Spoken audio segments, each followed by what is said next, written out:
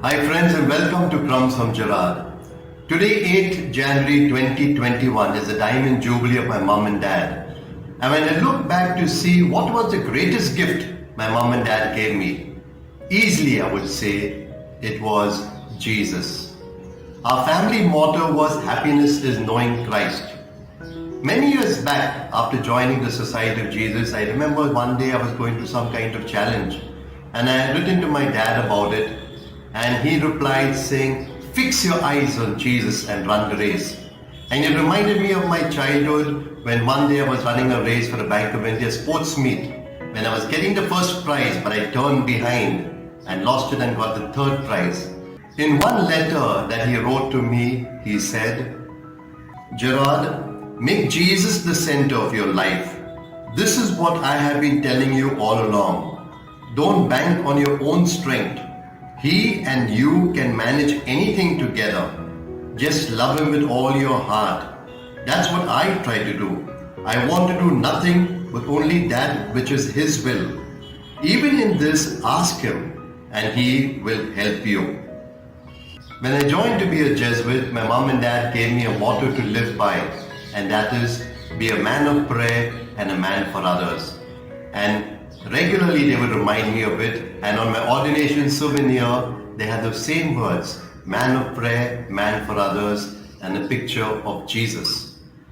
It was through their example that it became easier to move towards living out that motto, because that's what I saw in my home. Being a man of prayer, that's what I saw at home. Prayer and scripture was part of our daily life. For my dad, doing God's will, whether it was at work or in repair work at home, what does God want of us? And therefore, nothing seemed to trouble them. My dad would regularly say, all things work for good with those who love the Lord. And the Lord cannot be outdone in generosity. Being a man for others, our home, my family life, mom and dad. My mom and dad were known for their outreach, whether it was in a parish or in the neighborhood. And my dad would say, our charism at home is hospitality.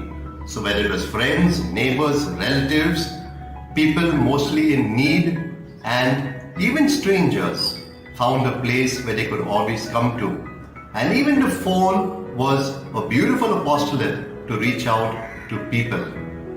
Among the many prayers that my mom would say every day was this one prayer that I liked very much, which I have made my own and added to my list of prayers.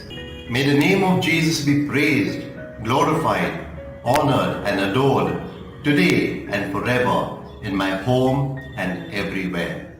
My prayer for you and your families that you make Jesus the center of your lives, that you may fix your eyes on Jesus, and that your whole family grows into this tremendous relationship with Jesus, because happiness is knowing Christ.